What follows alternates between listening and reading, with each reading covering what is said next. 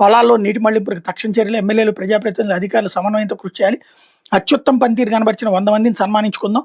సాయంపై ప్రధాని మోడీతో మాట్లాడతా చంద్రబాబు నాయుడు స్టేట్మెంట్ని హైలైట్ చేశారు. అయితే పార్టీ అండలేకుండా నెగ్గగలరా? చాలా మంది ఎమ్మెల్యేలు వ్యక్తిగత మీతో గెలిచామనుకుంటున్నారు. అలాంటి వాళ్ళు నిరభ్యంతరంగా బయటకు వెళ్ళి పోటీ చేయొచ్చు. సీఎం సిద్ధాంతాలపై అవగాహన లేని వారికి టికెట్లు ఇస్తే తిరువురు లాంటి పరిస్థితులు ఎదురవుతాయి. ఆ ఇద్దరిని క్రమశిక్షణ కమిటీ ముందుకు పిలవండి, విడివిడిగా వివరణ తీసుకుని నాకు నివేదిక ఇవ్వండి. లండన్ నుంచి వచ్చాక ఇద్దరితో మాట్లాడతా, విభేదాలు కొలిక్కి రాకుండా కఠిన చర్యలే. తిరువురు పంచాయతీపై సీఎం సీరియస్.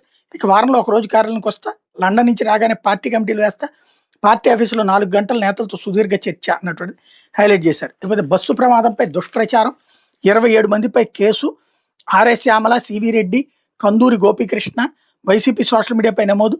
బెల్ట్ షాపులు మద్యం తాగడం వల్లనే ప్రమాదం అంటూ తప్పుడు పోస్టులు, ప్రజలను తప్పుదారి పట్టించి అశాంతి సృష్టించాలనే దురుద్దేశంతోనే ఫిర్యాదు అన్నటువంటి వార్తని హైలైట్ చేసుకొచ్చారు.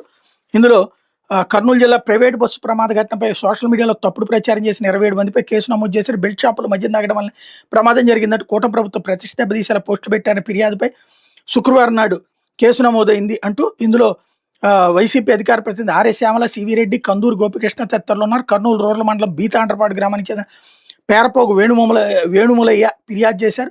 ప్రజలను తప్పుదారి పట్టించడం పాటు అశాంతిని సృష్టించాలని దురుద్దేశంతో రాజకీయ ప్రేరేపిత పోస్టులు పెట్టి వ్యాప్తి చేస్తున్నారని ఫిర్యాదులో పేర్కొన్నారన్నటువంటిది హైలైట్ చేశారు. ఇందులో సివి రెడ్డి, కందూరి గోపికృష్ణ, ఆర్ఎస్ శ్యామల వైసీపీ అధికార ప్రతినిధి, YCP official page, Naveen, YSJ, Vizag Venky, YouTube channel Yuva TV, Kumar Reddy Avula, doctor Chiranjeevi, జగనన్న కనెక్ట్స్, రాహుల్, దర్శన్, రామ్, శ్రీధర్ రెడ్డి అవుతు, Bilal, YCP Thippireddy, Nagarjuna Reddy, Karumuri Venkatareddy, Narayana, Pothula, warriors, YS Jagan, media page, Telugu, NRI bulletin board, Dharani, AP politics, మకిదా, కాటసాని అభిమాని రాఘవేంద్ర రెడ్డి, సత్యబాబు, వైసీపీ తదితరులపై కేసు నమోదు చేసి విచారణ చేస్తున్నా అన్నటువంటి వార్తని హైలైట్ చేశారు.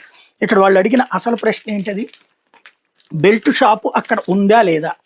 ఇప్పుడు రాష్ట్రంలో బెల్ట్ షాపులు ఉన్నాయా లేదా? రెండవది, ఆ బెల్ట్ షాప్ దగ్గర సీసీటీవీ ఫుటేజ్ పరిశీలించారా? పరిశీలించకుండా అక్కడ లేదు అన్నటువంటిది ఎట్లా చెప్తారన్నట్టు ఇక్కడ వాళ్ళు అడుగుతున్నటువంటి ప్రశ్న. లేకపోతే అంటే